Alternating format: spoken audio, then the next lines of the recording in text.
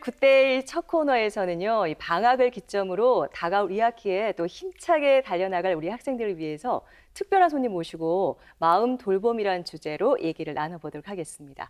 두 분과 함께 하겠습니다. 어서 오세요. 네, 안녕하세요. 네. 반갑습니다. 네, 안녕하세요. 2주 동안 제가 안 보였어가지고 이분이 어디 가셨나 했을 겁니다. 예, 도내학습클리닉 최명철 소장입니다. 오늘이 딱 수능 100일입니다. 예, 그래서 앞서 2주 동안은 여러분들이 이제 입시 전문가들, 그죠? 컨설팅을 들으셨을 거예요. 이제 그걸 이제 굳이 비유하자면 하드웨어로 비유하시는데 오늘은 이제 소프트웨어적인 이야기를 하려고 합니다. 그래서 제가 모시기 어려운 분을 한번 모시고 왔습니다. 우리 한국 상담심리학회 회장님도 역임하셨고 아주 유명한 심리학자 한 분을 모시고 왔습니다. 네, 소개시켜드리겠습니다. 네, 인사 한번 해주세요, 네, 교수님. 아유, 쑥스럽습니다. 네, 안녕하세요. 저는 대구대학교 심리학과에서 상담심리를 가르치고 있는 금명자입니다. 반갑습니다. 네, 반갑습니다. 네. 오늘 이렇게 소장님과 금명자 교수님과 이 시간 함께 할 텐데요. 얘기를 나누기 전에 잠시 저희가 준비한 영상이 있거든요. 보고 오도록 하겠습니다. 한여름의 열기만큼 뜨거운 대구 보모동의 학원가. 학교는 잠시 쉬어가는 방학이지만 학원가의 시계는 여전히 바쁘게 돌아갑니다. 한 6, 7군데 다녀요. 학교 다닐 때는 시간이 별로 없었는데 뭐 방학하고 나서 시간이 더 생기니까 한두 개 정도 더 다니고 있어요. 평균으로 봐서는 2시간 정도 있고 길면 한 4시간 그 정도 있어요. 거리에 어둠이 내려도 학원가의 불빛은 꺼지지 않습니다. 부족한 공부를 보충하거나 선행 학습을 하면서 누구보다 바쁜 방학을 보내는 아이들. 말 못할 스트레스도 적지 않을 것 같은데요.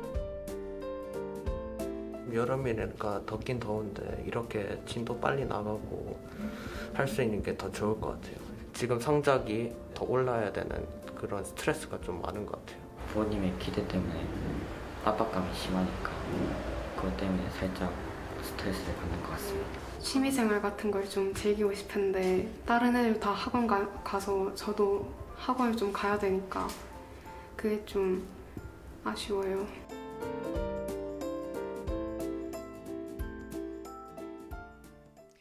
하루에 6개에서 7개의 학원을 다닌다는 우리 초등학생의 인터뷰가 좀 마음이 아프긴 한데 방학 동안 이렇게 열심히 또 학생들이 학습을 하고 있습니다. 네. 이렇게 공부도 공부지만 동시에 몸과 마음이 지치기 쉬운 방학이잖아요. 네. 이럴 때 또 마음 돌봄이 필요하지 않을까요, 교수님? 네, 아유, 제가 보는 것만으로도 마음이 답답해지네요. 아프시죠? 네. 정말 마음 돌봄도 필요하고 몸 돌봄도 필요한 것 같습니다. 방학이 있기 마련인데요. 3월 달에 시작한 이제 학기가 5개월 동안 쉬지 않고 달려왔습니다. 네. 5개월 한번 지칠 때가 됐거든요. 그리고 지금 어때요? 너무 덥지 않아요? 너무 더워요. 네. 네. 그래서 여름방학, 겨울방학은 5개월 정도 달리게 하고 그 다음에 한 달 정도 쉬게 하는 그러한 이제 시스템으로 되어 있는데요. 이 방학 동안에 우리는 지금 앞에서는 선생님이 짜주신 그 순서대로 시간대로 열심히 달려왔다면 자기가 없었거든요. 이 방학 동안에는 자기가 자율적으로 자기를 돌보는 게 필요합니다. 몸도 돌보고 마음도 돌보는 게 필요한데 저는 그래서 이 방학을 자율적 돌봄, 자기 돌봄 이래서 3가지 R로 한번 정리를 해봤습니다. 지금 화면에 나오고 있네요. 3가지 R이요. 네네. 우선은 방학은 자기가 학기 중에 5개월 동안 뭘 했나, 무엇을 공부했나, 자기는 어디쯤 와 있나라는 걸 돌아보는 게 필요한 리플렉션 R이고요. 네. 두 번째는 이제 짜주었던 남이 해주던 것이 아니라 내가 스스로 나를 관리해 나가야 되는 주도성이 필요한 리프레시먼트 환기가 필요합니다. 남이 아닌 내가 한다라는 환기. 그다음 3번째는 이제 평가해보고 돌아보고 정신을 한번 돌아봤으면 무엇이 부족하고 앞으로 무엇을 더 채워 넣어야 되나 하는 것이 나오게 되어 있어요. 그래서 그것을 우리가 리스토어 체험이라고 할 수가 있죠. 그래서 방학은 이 3가지 뭐랬죠? 제가 리플렉션, 리프레시먼트, 리스토어. 또 리스토어. 그래서 환기하시고 돌아보시고 채우시는 이 세 가지가 필요한 것이 방학이라고 할 수가 있겠습니다. 기억에 잘 남겠는데요. 세 네. 가지 R로 정리를 해주셨습니다. 돌아보고 환기하고 채우고 이것이 또 중요한 방학이라고 네. 말씀을 해주셨는데 네. 앞서 인터뷰에서도 나왔지만 방학이니까 학기 때보다는 좀 취미 생활도 하면서 네. 쉬면서 쉬엄쉬엄 공부 좀 하고 싶다 이런 인터뷰가 있었거든요. 네. 네. 정말 쉬고 싶잖아요. 예. 그런데 네. 이 쉬는 게 손 놓고 넋 놓고 쉬어버리면 정말 우리는 손의 끝에 힘이 쫙 빠지면서 사실 하기가 어려워요. 그래서 아무것도 하기 싫어지나요? 네. 예. 그래서 어떻게 쉴 것이냐, 무엇하며 쉴 것이냐 굉장히 중요한데요. 금방 제가 말씀드렸던 것처럼 자율적으로 자기를 돌보는 게 필요하다고 그랬어요. 여름방학 하면은 학교가 시작이 된 초등학교 1학년 여름방학 시작되기 전에 선생님께서 하라고 하는 게 있습니다. 뭘까요? 계획표 짜기, 시간표 짜기 아닌가요? 네, 맞습니다. 우리가 파이를 그려서 네. 동그란 원을 그려서 그것을 24등분을 해서 시간마다 무엇을 할 것인가 해서 언제 일어나고 언제 씻고 그다음에 언제 독서를 하고 언제 놀고 이런 것들을 쭉 짜게 되어 있습니다. 학교 다닐 때는 선생님이 짜주시는 시간표대로 하지만 방학 때는 자기가 짠 시간표대로 움직여서 자기를 관리해야지 힘이 나오게 되어 있어요. 사람들은 쉬면은 쭉 잘할 것 같으죠? 천만의 말씀이에요. 사람들은 계획이 없이는 쉽게 잘 자기를 관리하기가 어렵습니다. 그래서 방학은 자율적으로 자기를 관리하면서 조금 편안하게 자기를 발전시켜가는 시간이지 쉬는 시간은 아닙니다. 그냥 마냥 쉬는 건 안 되는군요. 네, 네. 근데 쉬는 것도 필요하긴 한데 어떻게 쉬느냐가 정말 중요한 것 같습니다. 네. 근데 소장님, 네. 부모 입장에서 보면요, 아이가 이렇게 쉬고 있으면 혹시 뒤처지는 거 아닌가 그렇죠. 괜히 불안이 걱정이 올라오시죠. 되기도 네. 하거든요. 네. 아까 앞서 교수님께서 굉장히 쉰다는 표현을 쉽고 명쾌하게 풀어주셨는데 네. 뇌과학적으로 뇌 건강에도 굉장히 중요한 게 쉬는 겁니다. 사실. 그래서 부모님들 아까 우리 장진영 아나운서께서도 말씀하셨지만 불안이 올라오시는 거다. 애들 쉰다고 하면 자꾸 논다고만 네. 생각하시는 겁니다. 근데 그렇지가 않습니다. 우리는 결과적으로 전체 에너지를 100으로 봤을 때 20%를 소모합니다. 소모하고 나면 이제 대표적으로 각성, 얼러젤이 떨어지면서 졸리게 되죠. 졸리면 당연히 쉬어야 돼요. 쉬어야지만 이게 다시 재충전이 되고 다시 공부를 할 수 있는 어떤 이제 에너지가 충전된다고 볼 수 있는데요. 그래서 이제 우리가 가장 중요한 게 어떻게 쉴 것인가가 중요한데 이게 제대로 쉬지 못하면 어떤 현상이 일어나냐면 결과적으로 각성이라는 게 굉장히 올라옵니다. 과각성이 되는데 특히 이제 각성이 떨어졌을 때 애들이 어떤 현상이 일어나면 아마 장진영 아나운서도 보통 이제 평소에 커피 많이 드시더라고요. 그죠? 많이 마시죠. 네. 커피 많이 마시죠. 커피 마시는 이유가 뭐죠? 사실? 각성이 올라요. 그렇죠. 네, 카페인이 각성되니까 집중이 잘 그때 돼요. 집중이 잘 되죠. 애들도 이제 의존을 합니다. 어디 의존하냐면 뭐 불닭 땡땡, 그죠? 매운 그다음, 음식. 마라탕, 떡볶이 맞아요. 이런 거 먹는 이유가 많이 뭐냐면 먹어요. 자꾸 다운이 되니까 애들이 각성을 일으키기 위해서 자꾸 먹거든요. 근데 이렇게 되면은 아까 말씀드린 대로 이렇게 과각성 상태 더 예민하게 되고 아까 쉰다는 것 자체가 불규칙하게 언스테이블한 상태에 많이 빠져요. 그래서 제일 중요한 건 이 각성을 잘 활용하는 게 중요한데 그러기 위해서는 일정한 루틴이 필요합니다. 어떤 루틴이 필요하냐면 굉장히 아이들이 힘들고 막 지쳐 있을 때 우리가 운동이라든지 아니면 명상이라든지 또 음악을 듣는다든지 이게 자기만의 어떤 그런 충전할 수 있는 루틴을 가지고 해야지 무작정 이렇게 아까 말씀드린 자극적인 것들 뭐 예를 들어 게임이라든지 뭐 아니면 뭐 아까 먹는 거라든지 이런 것들을 계속 이제 인위적으로 행동을 하게 되면은 오히려 그건 정신 건강에 해치게 되는 거죠. 네. 그렇군요. 내 몸 상태에 따라서 일단 조절을 참 잘해야겠다는 그런 생각이 듭니다. 말씀을 들어보니까. 교수님, 근데 지금 우리 고3 수험생들이요. 학습으로도 힘든데 코로나까지 겹쳐서 더 힘든 상황에 놓여 있거든요. 그래서 심지어 정말 무기력함까지 느낀다라는 학생도 있어요. 네. 올해 고3 너무 억울하죠. 너무 억울합니다. 많이 억울합니다. 네. 고1 되었을 때 벼랑간 코로나가 와서 학교도 학교 못 가게 오지 말라고 되었었어요. 했어요. 예. 우왕좌왕했습니다. 사실 고1 들어가면 열심히 공부해서 수능 잘 준비해서 대학 가야지 하고 아마 겨울방학 동안에 결심도 많이 했었을 텐데 벼랑간 학교 못 오니까 학생들이 이거 어떻게 해야 되나 하고 굉장히 고민을 많이 하셨을 거예요. 근데 벼랑 학교 오라고 해보니까 와서 보니까 뭐예요? 네. 고3인 거예요. 네, 너무- 고등학교 생활 한 번도 못 해봤는데 최고 학년이 돼버린 거예요. 네. 후배들은 언니, 오빠 이렇게 선배가 되어 있어요. 뭐 아는 게 없습니다. 대입시 준비하는 거 그것도 쉽지 않죠. 이렇게 고3들은 정말 억울한 마음이 있을 거예요. 이게 억울한 사람들이 느끼는 것들이 사실 두려움입니다. 뭘 어찌 해봐야 해야 될지 몰라 하는 마음 상태이거든요. 근데 이런 두려운 사람들한테 또 나타나는 게 뭐냐면 도망가고 싶어요. 핑계대고 싶어요. 그 상황을 피하고 싶죠. 네, 변명하고 싶어요. 이거 나 때문이 아니라 코로나 때문이야. 나는 잘하고 싶었는데 맞아요. 코로나 때문에 네. 이런 거야라는 얘기 자꾸만 핑계거리가 하고 싶어요. 생겼잖아요. 네. 예. 핑계를 두려고 하죠. 그래서 사실은 코로나는 나만 겪은 게 아닙니다. 고3 전부가 겪었어요. 또 대구 학생들만 겪었나요? 아니죠. 대한민국 전부 다 겪었죠. 대한민국만 겪었나요? 세계가 전부 다 겪었습니다.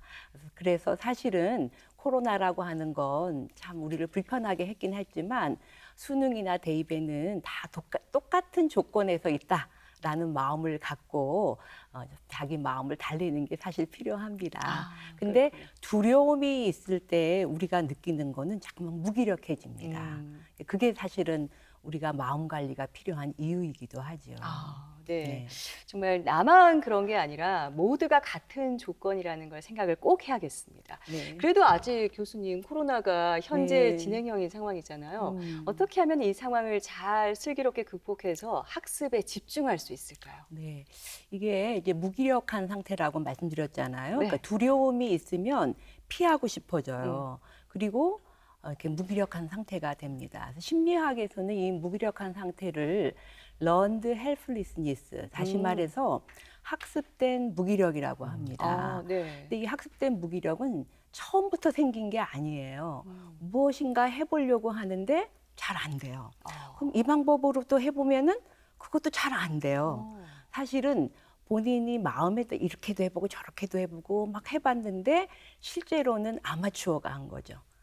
전문가한테 알아본 것이 아니라 자기 나름대로 해본 거예요. 그러다가 보니까 자꾸 실패가 돼요. 그러면 여러 번 실패했을 때 이건 안 되는가 보다. 나하고 수학은 인연이 없나 봐. 나하고 네. 영어는 인연이 없나 봐. 수포자, 영포자가 되는 거예요. 그런 상태가 되는 거거든요. 네. 근데 이게 또 다른 문제가 있는데 하나에서 이렇게 두려움이 생겨서 무기력해지면 이게 확산되는 경향이 있어요. 수학이 안 되면은 영어도 안 되는 것 같고 국어도 안 되는 것 같고 이렇게 확산되는 그런 특성이 있는데 이렇게 전부가 안 되면은 그것을 극복하려고 하면은 너무 막막합니다. 전부 다 같이 다 잘할 수는 없잖아요. 그래서 두려움이 있는 분들, 이렇게 무기력해지신 분들은 무엇에서부터 시작을 했느냐를 잘 살펴보셔야 돼요. 그래서 자기가 금방 극복할 수 있고 좀 잘할 수 있는 거, 너무 노력하지 않아도 조금만 애쓰면 잘할 수 있는 것을 먼저 집중적으로 공략하셔야만 됩니다. 네. 한번 성적표를 보세요. 성적표에서 너무 떨어져 있는 거를 하려고 그러면 노력 너무 많이 들어가거든요. 그렇죠. 그래서 조금이라도 자기가 조금만 더 노력하면은 극복할 수 있는 것에서부터 시작을 하세요. 그러면 마음이 성공감이 생기는 거거든요. 그래서 무기력은 자기가 정복했다라고 하는 것을 느낄 때 극복할 수가 있습니다. 그런데 그걸 또 혼자 하려면 또 실패할 수도 있어요. 전문가한테 물어보셔야 되는데 이런 전문가는 학교 선생님이시죠. 선생님께 여쭤보면 되겠네요. 네, 학교 선생님하고 밀접하게 자기의 성적을 놓고 같이 이야기하셔서 지도를 받으시는 게 제일 좋은 방법입니다. 정말 큰 덩어리로 생각하면 너무나 막연한데 작게 세부적으로 나눠서 접근하는 게 중요하겠다는 생각이 듭니다. 오늘 방학을 맞은 학생들을 위해서 마음 돌봄이란 주제로 두 분과 얘기 나눠보고 있는데요. 근데 교수님, 학생이라면은 성적에 대한 부담 때문에 그 오는 스트레스가 만만치 않잖아요. 이 스트레스 어떻게 관리할 수 있을까요? 제가 아까 맨 처음 시작할 때 너무 잘했던 영어 단어가 생각이 안 나는 거예요. 리플렉션. 네. 지금 제가 누가 여기서 셋 중에서 누가 가장 긴장이 높을까요?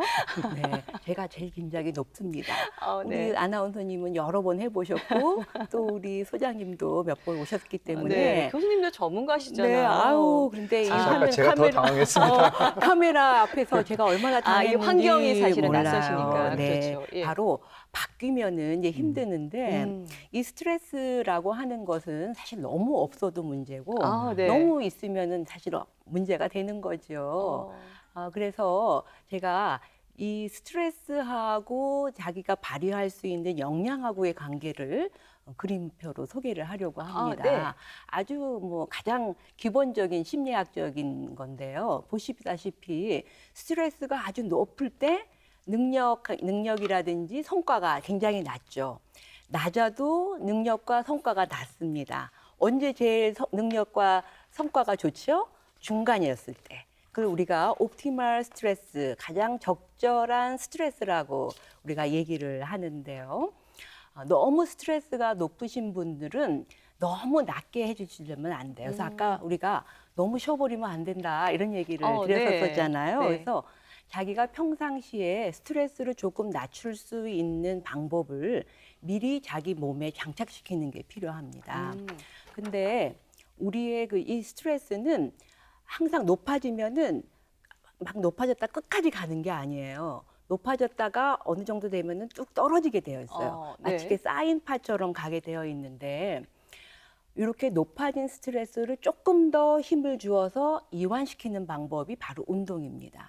혹은 취미생활, 혹은 좋아하는 거. 그러니까 좋아하는 거, 취미생활은 집중이 잘 되어서 사실 머리는 굉장히 가볍지만 몸은 굉장히 노력을 많이 들이는 거거든요. 그래서 그렇게 집중해서 몸에 힘을 많이 쏟아서 그 다음에 오는 이완된 것을 가지고 몸을 릴렉스 시키는 게 필요하지요. 그래서 아까 우리 최 소장님께서도 말씀하셨는데 뭐 게임이라든지 어떤 사람들은 게임을 막 열심히 해서 그냥 게임에서 릴렉스 한다고 해놓고 그냥 게임으로 빠져버리는 사람이 있어요. 네. 술 마셔서 또 릴렉스 한다고 해놓고 또 술로 빠지는 또 술로 사람이 빠지죠. 있어요. 네. 이렇게 자기를 네. 관리하기 어려운 술이나 뭐 네. 게임이나라기보다는 건강하게 자기를 관리할 수 있는 것들을 미리미리 고등학교 초반서부터 혹은 중학교서부터 개발을 해놓으시는 게 필요합니다. 미리 알아야겠군요. 네, 그러니까 스트레스 관리하는 방법을 미리미리 방학 동안에 나는 무엇을 좋아하는지 어느 때 되면 아주 재미있게 집중해서 할 수 있는지를 좀 확인을 하셔서 이렇게 위기가 왔었을 때 그거를 좀 생각해 보는 것 이것도 필요한 거라고 할 수가 있겠습니다. 네. 앞서 술 얘기 나오니까 박사님 좀 많이 끄덕끄덕 하시네요. 네, 그렇죠. 네, 정말 말씀을 들어보니까 능률을 또 높이기 위해서는 적당한 스트레스도 필요하겠다는 그런 생각이 듭니다. 그런데 이렇게 시험을 앞둔 우리 수험생들이 극도의 긴장감을 느끼잖아요. 이럴 때 멘탈 관리는 어떻게 또 해야 할까요? 사실은 뭐 오늘 우리가 주제가 멘탈 관리에 대한 거거든요. 네. 근데 사실 시험이라고 하는 건 위기라고 할 수가 있어요. 위기 때는 우리의 숨이라든지 호흡이라든지 굉장히 가빠집니다. 사실 빨리 뛰어줘야지 위기를 극복할 수 있고 우리 몸이 그렇게 잘 적응할 수 있게끔 되어 있는데요. 그러나 막 뛰어다 보면은 어때요? 문제도 건너뛰게 되고 또 읽어야 될 보기도 제대로 다 못 보게 되거든요. 그래서 실수가 생겨. 되고요. 네, 예. 실수가 생겨요. 그래서 시험이라는 위기가 왔었을 때에 평상시에 속도감을 갖는 게 굉장히 중요합니다. 자연스럽게는 빨라지고 급해지고 하지만 평상시에 안정된 호흡과 박도, 심박동수를 자기가 머릿속에 기억하고 있어야 돼요. 그래서 우리가 시험 볼 때 심호흡을 하잖아요. 네. 왜냐하면은 호흡이 빨라졌기 때문에 그래요.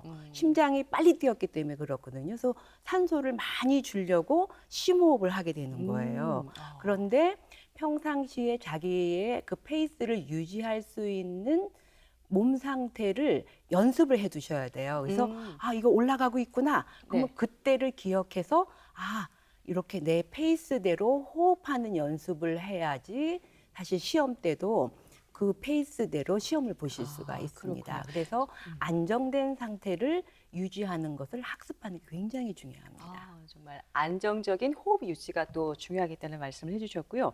소장님도 멘탈 관리에 대해서 좀 조언을 해주신다면요.